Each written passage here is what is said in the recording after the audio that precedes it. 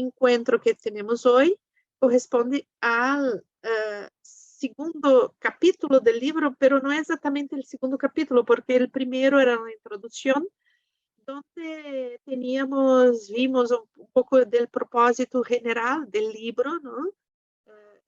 Propósito que abarca todas as histórias que são contadas aí, não? Então, a linha condutora do livro está no primeiro encontro e que corresponde ao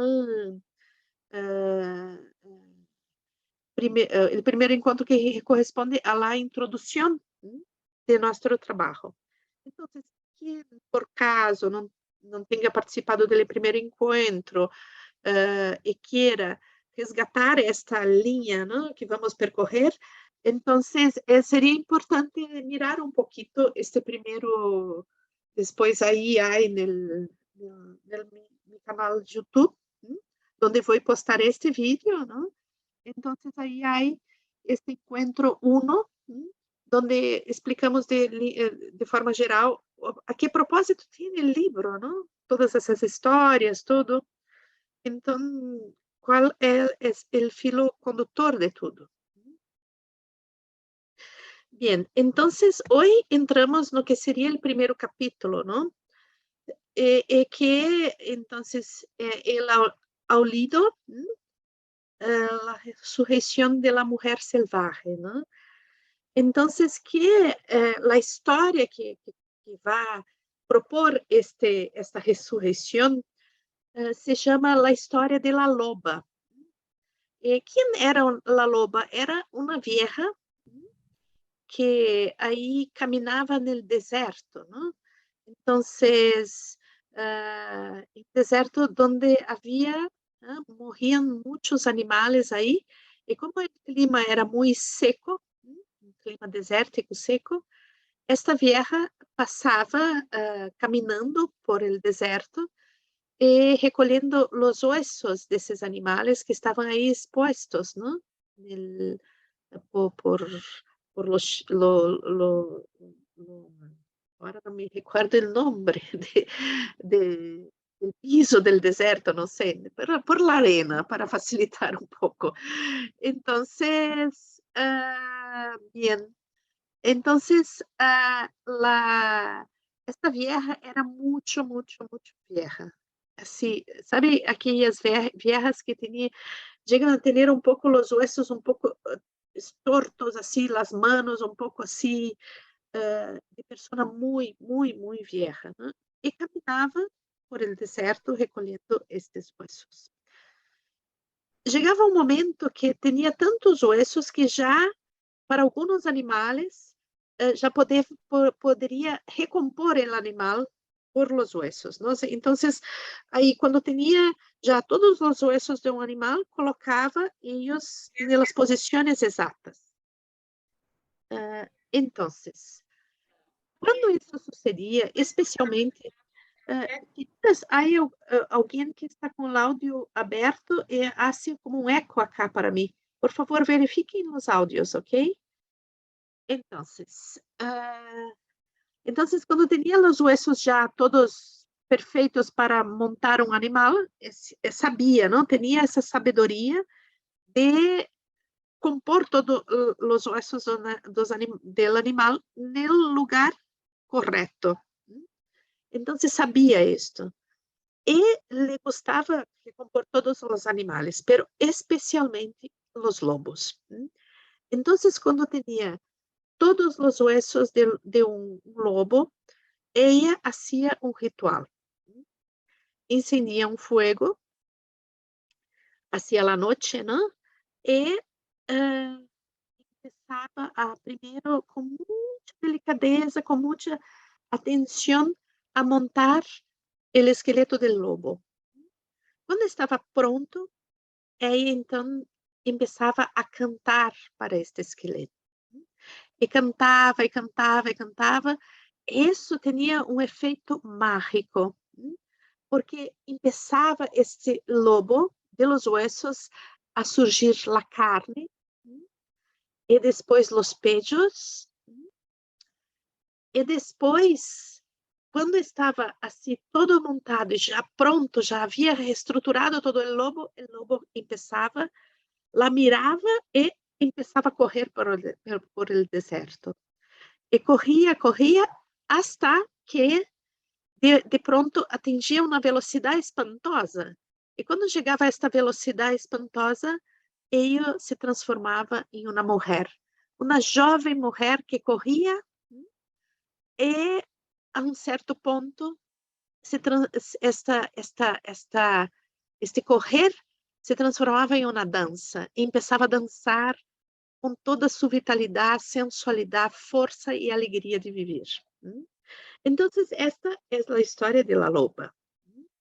Vocês podem resgatar esta história com mais profundidade, então, nestes vídeos que estão na playlist de Mulheres que Correm com os Lobos. E aqui temos um resumen, né? Eu vou deixar sempre esta playlist que é onde estamos mais desarrollamos mais o sentido simbólico del cuento na descrição do vídeo, ok? Então, vocês podem resgatar isto aí para ver mais profundamente, não? Pero acá vamos apontar alguns aspectos que podemos depois criar as danças sobre esses aspectos, não? Então, este cuento, ¿no? Habla de uma chamada, ¿no? Uma chamada que vem de algo muito profundo. ¿Por quê? Porque os huesos representam aquela parte do corpo que não se dissolve facilmente, ¿no? Quando um ser morre, esse ser vai perdendo toda a sua estrutura, pero restam os huesos, ¿no? Então, já falamos isto no outro encontro, os huesos, ¿no? São aquela parte de um ser que contém uma coisa muito primordial e muito estável, uma coisa que não é facilmente destruída. Então, chamando exatamente esta parte mais profunda de nosso corpo, também o centro de nosso corpo, representa o mesmo, o centro de nós mesmas, não? Então, isto hace como que uma necessidade, né? Quando queremos resgatar as nossas raízes, as coisas mais profundas, e retomar a vida, renascer, não? É necessário começar por los huesos, ¿no? É reconhecer aquilo que está no centro de nós mesmas, é reconhecer aquilo que representa a nossa essência mais profunda, ¿no? É reconhecer aquilo que é primordial. Primordial não somente como primordial a mim, pero ancestral, no sentido de que pertence a alguma coisa que está mais allá de mim. Algo muito, muito antigo. Desculpe que devo tomar um pouco de água, porque vou hablando e me falta água, um pouquinho. Então, estes são os aspectos generais, assim, que eu creio que são muito importantes, não? Também a questão de guerra temos aqui dois personagens humanos, não? Que são como que o intermediário desses dois personagens são o lobo, não? Então, a primeira é esta vieja, muito vieja, que tem sabedoria. E depois é como que, através do lobo, el alma desta mulher hace uma alquimia, uma transformação. Então, podemos pensar também que a mulher que dança é a vieja, é como duas partes, não? Esta capacidade de concretar a sabedoria e também resgatar a vitalidade e a alegria de ser. Então, uma transforma em outra, uma é a magia da outra. Então, vamos ver um pouco o que vamos trabalhar como essência desse capítulo, né? Então, esta vieja, que é muito, muito, muito vieja, ela, em nível arquetípico, a imagem arquetípica de uma vieja muito vieja, viejíssima, ancestral, é a imagem de aquelas diosas muito primitivas, muito anteriores, muito paleolíticas, ¿no? Muy, muy antiguas. Entonces, Clarissa dije que esta diosa, esta vieja, ¿no? Ella es, en nivel arquetípico, más vieja que las viejas diosas, ¿no? Es como si ella dice que el río abajo del río. Entonces, vendo que o mundo arquetípico é algo muito antigo, como disse mesmo o nome, arqueo, de arquetípico, ¿no? Pero esta diosa, este feminino, é um feminino que está quase colado, ¿no? Pegado a la evolución humana, ¿no? Entonces, eh, pertence a algo tan antiguo que es la origen de la humanidad. ¿No? Entonces, es cuando la humanidad se dice, reconoce como humanidad. Entonces, es como la origen de todos los arquetipos. ¿No? Ella trae una conexión temporal. Y esta conexión temporal, ella es que permite, ¿no? Que esta conexión va a la confianza en la vida. Entonces, eso hace que, a través de un estado de trance, ¿no?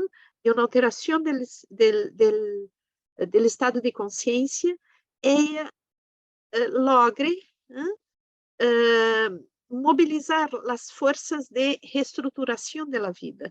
Esto es muy importante dentro de este capítulo, ¿no? Porque es contactar con esta diosa muy vieja, que es una diosa que no tiene nombre, ¿no? Es tan antigua que se olvidó el nombre de ella. Entonces, es contactar con la fuerza de creación de la vida, ¿no? La fuerza de creación y regeneración de la vida. Entonces, potencializar también el renacer de la mujer salvaje dentro de nosotras mismas. Entonces, recordando un poco una cosa que vimos en el último encuentro, ¿no? Que la mujer salvaje no es una mujer así eh, que no pasó por la cultura, ¿no? Pero es una mujer que puede romper, renacer de la domesticación que la cultura hizo en nosotras todas, en toda la humanidad. ¿Sí? Entonces, algunos aspectos culturales, para no decir casi todos, ¿no? Nos permiten, ¿no? Vivir en sociedad, pero esto muchas veces nos cobra muy caro, ¿no? Especialmente las mujeres, que son condicionadas a vivir como debe ser una mujer correcta, una mujer que se pode respeitar, né? E há muitas limitações aí. Então, o que passa é muito cerquita do que a humanidade hizo com os animais, né? Então, domesticar, né? Restringir algumas coisas que fazem uma espécie de aprisionamento de la essência, de la libertad, de la criatividade de ser.